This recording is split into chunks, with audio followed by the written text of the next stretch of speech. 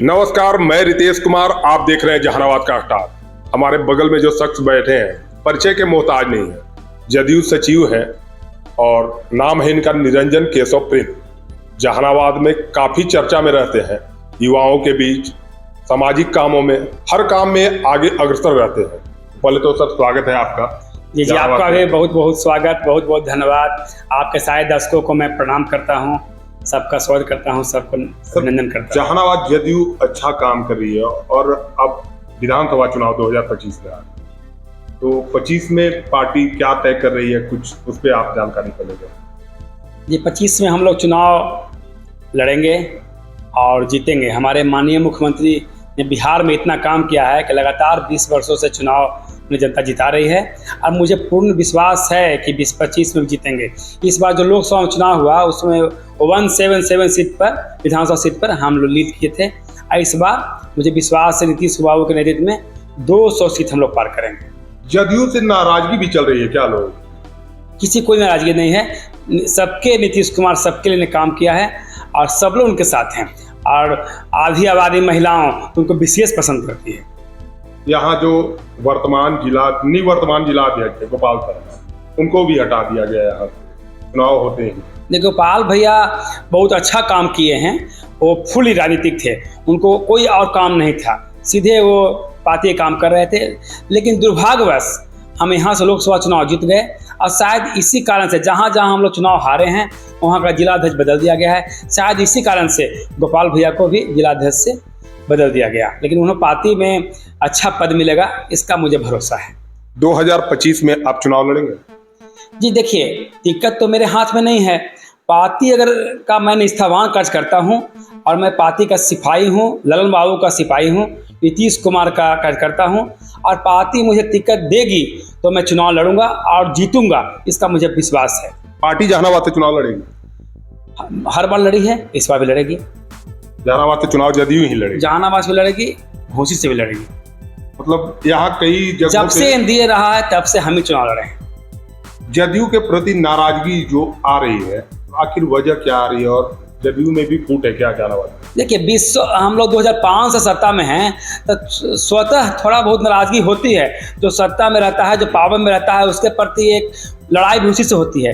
लेकिन जब तेजस्वी का चेहरा, नीतीश कुमार का चेहरा सामने आता है तो तेजस्वी के चेहरा को लोग नकार देते हैं और नीतीश कुमार को ही चयनित करते हैं और इस बार भी चयन करेंगे।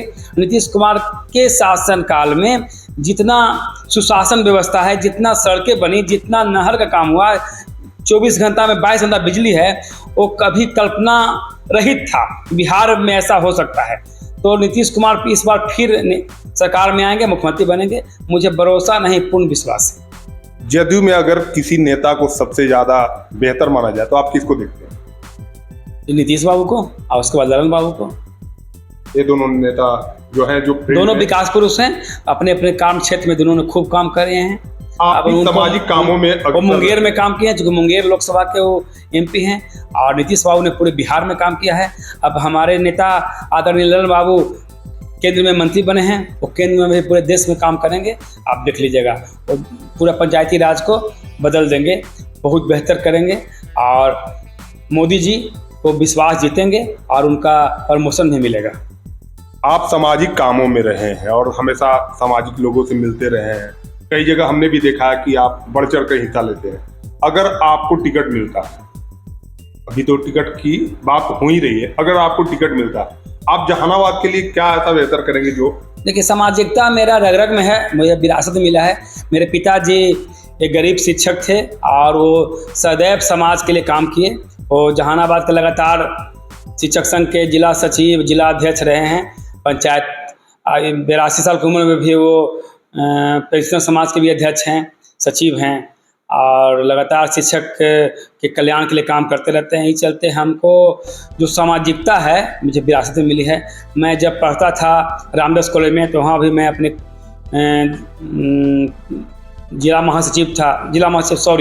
कॉलेज का सचिव था, महासचिव था, जनरल सेक्रेटरी। तो मैं वहाँ चुनाव जीता था।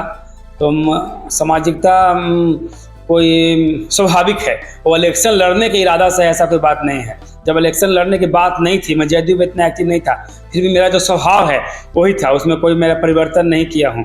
परिवर्तन नहीं, आगे भी नहीं होगा। चुनाव लड़ूंगा और जीतूंगा, मुझे पूरा भरोसा है जहानाबाद की जनता पर, जहानाबाद के आवाम। अगर यहाँ से चुनाव जीते हैं, आपको क्या लगता है जहानाबाद की सबसे बड़ी समस्या क्या है? सबसे बड़ी समस्या राजा बाजार ओवरब्रिज है। अलगना नाला का नया नाला निर्माण होना चाहिए। पानी का जल जमाव रहता है राजा बाजार एरिया में, और फिलहाल एरिया में भी बाजार में जो है वो बहुत गंदगी और नाला का दूरी है, इस शहर के लिए है।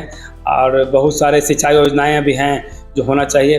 कुछ गांव में जैसे कि सरिया में है, आज तक रोड नहीं बना है। एक लपू शर्मा गांव है ऐरा, वहाँ भी रोड का घोषणा भी सरकार के कुछ लोग किए थे, आज तक रोड नहीं बना है। ये सारे लोग प्राथमिकता के रूप में रहेगा। सिंचाई जो किसानों का जो जिलाव है, ये किसान यहाँ प्रमुखता रूप से हैं, तो किसान के जो योजनाएं हैं उसको भी प्राथमिकता रूप में होगा। और रोजगार के लिए जो सबसे बड़ी समस्या है यहाँ के लोगों का रोजगार, जो हमारे माननीय मुख्यमंत्री नीतीश कुमार जी दे रहे हैं, और हम भी अपने स्तर से कोशिश करें कि जहानाबाद में ऐसा व्यवस्था हो यहाँ के लोग को लोकल स्तर पर रोजगार मिले। आप ही के सांसद, आप ही के पार्टी के सांसद यहाँ कई टर्म रहे, विधायक भी रहे, आज तक राजा बाजार पुल का जीर्णोद्धार क्यों नहीं हो पाया? नहीं, हमारे सांसद जो थे चंद्रवंशी जी, उन्होंने बहुत प्रयास किया था। उसके पहले भी एनडीए के ही सांसद थे। आप देखते जाइए, यहाँ सांसद जो भी रहे हैं एनडीए के ही रहे और जदयू से रहे। हमारे विधायक सिर्फ 10 में रहे हैं, अभिराम बाबू 10 से 15 में, और सांसद तो रहे हैं ज़्यादा सांसद हमारा ही एनडीए का ही रहा है, लेकिन नहीं बना, ये दुर्भाग्य की विषय है।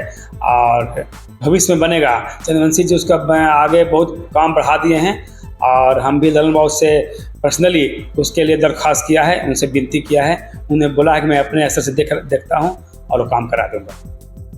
आखिरी सवाल, जहानाबाद की जनता काफी लोगों को सपोर्ट करती है।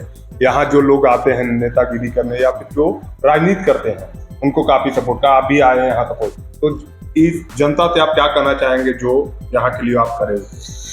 जनता एनडीए के साथ रहे, विकास के साथ रहे, जंगल राज को रिजेक्ट करे। इस बार जनता ने जंगल राज के पक्ष में मतदान किया है, जो दुर्गामी उसका दुष्परिणाम होगा। मुझे पूरा भरोसा है कि जंगल राज का चेहरा नहीं बदलेगा। वो आदत जो है लगा हुआ, वो आदत अपना नहीं बदलेगा। आदमी का नेचर और सिग्नेचर नहीं बदलता है। इस चलते एनडीए और नीतीश कुमार के साथ रहे, उसी में भलाई है जनता का भी, उसी में जिला का भी भलाई है। पहले जितना नरसंहार होता था, जितना क्राइम था, अपहरण था, हत्या था, बलात्कार था, आज उसके तुलना में बिहार सबसे सेफ राज्य है। अभी एक सर्वे आया है जिसमें बिहार में महिलाएं सबसे सेफ है पूरे भारतवर्ष में। आपको सर्वे रिपोर्ट को मैं आपको भेजूंगा, आप देखिएगा। बिहार में महिलाएं पूरे देश में सबसे सेफ हैं। और ये नीतीश कुमार जी का सोच है, उनका किसी को न फंसाने न बचाने का जो संकल्प है, उस संकल्प के साथ नीतीश कुमार जी राज कर रहे हैं, और राज का कर रहे हैं, उस सेवा कर रहे हैं। और जब तक वो जीवित हैं बिहार की सेवा करेंगे। जनता उनको लगातार मौका देगी, और मौका दे, जहानाबाद के लोग भी उनको मौका दें, यही मैं सबसे विनती करता हूँ, यही निवेदन करता हूँ। तो आप देख रहे थे, प्रिंस जी थे, बेबाकी से बात और जवाब दे रहे थे। जहानाबाद की जनता क्या चाहती है, अगर प्रिंस जी को यहाँ से कैंडिडेट बनाया जाता है तो ये जनता के लिए बेहतर होगा। देखते रहिए जहानाबाद का स्टार। धन्यवाद।